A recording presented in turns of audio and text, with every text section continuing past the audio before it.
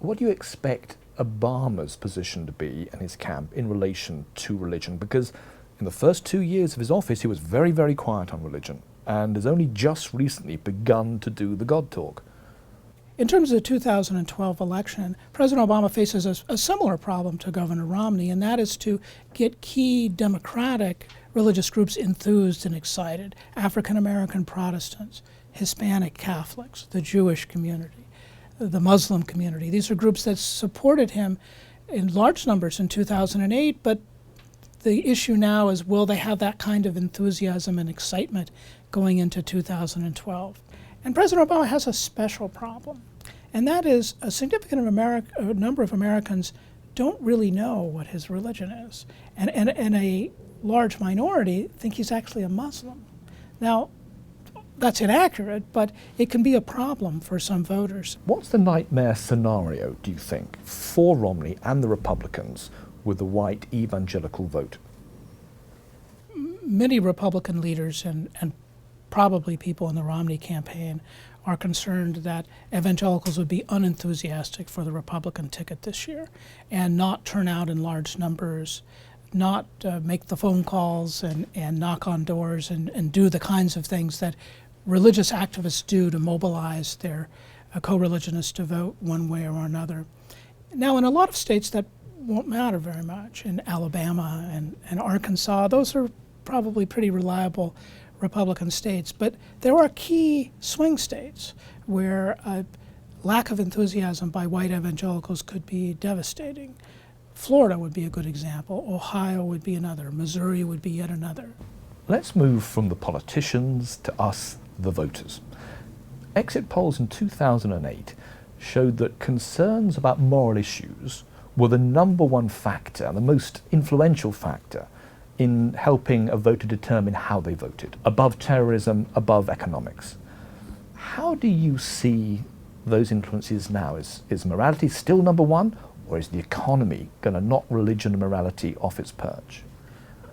All the early indications are that in 2012, the economy will be the most important issue, partly because of the difficult economic situation we've had for the last several years, but also global economic problems, which have a big impact on the United States as well. So I think the economy is going to be central. I think questions of quote-unquote moral values, of social issues, will be much diminished. If you have sort of moral issues such as family values and relationships and abortion, then there's always been a very clear relationship between the two. This is what religion says.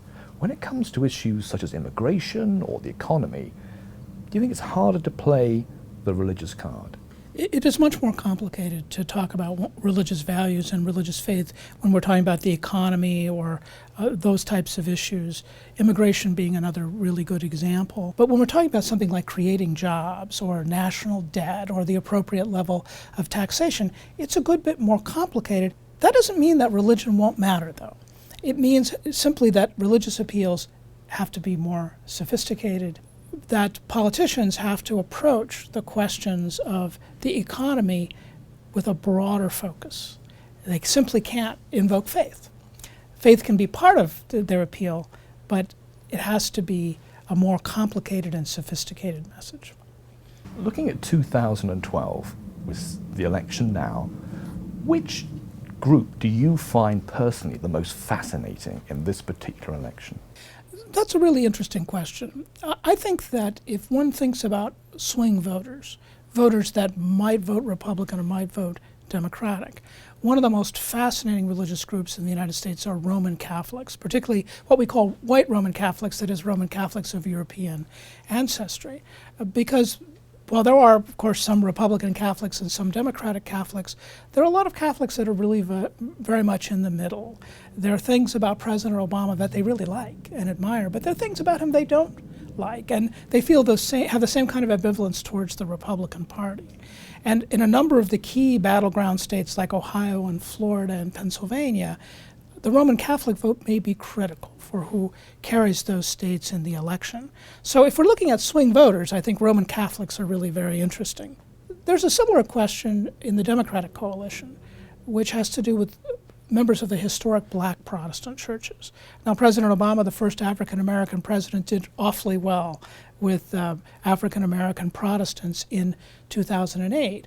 But we've had a weak economy. There's been some disappointment, as there always is with an incumbent president. There, too, what will the enthusiasm be? Will there be high turnout? So there's a lot of interesting questions about religious groups in the 2012 election. Professor Green, it's a fascinating topic, and I'm sure it'll get even more fascinating as we get closer to the election.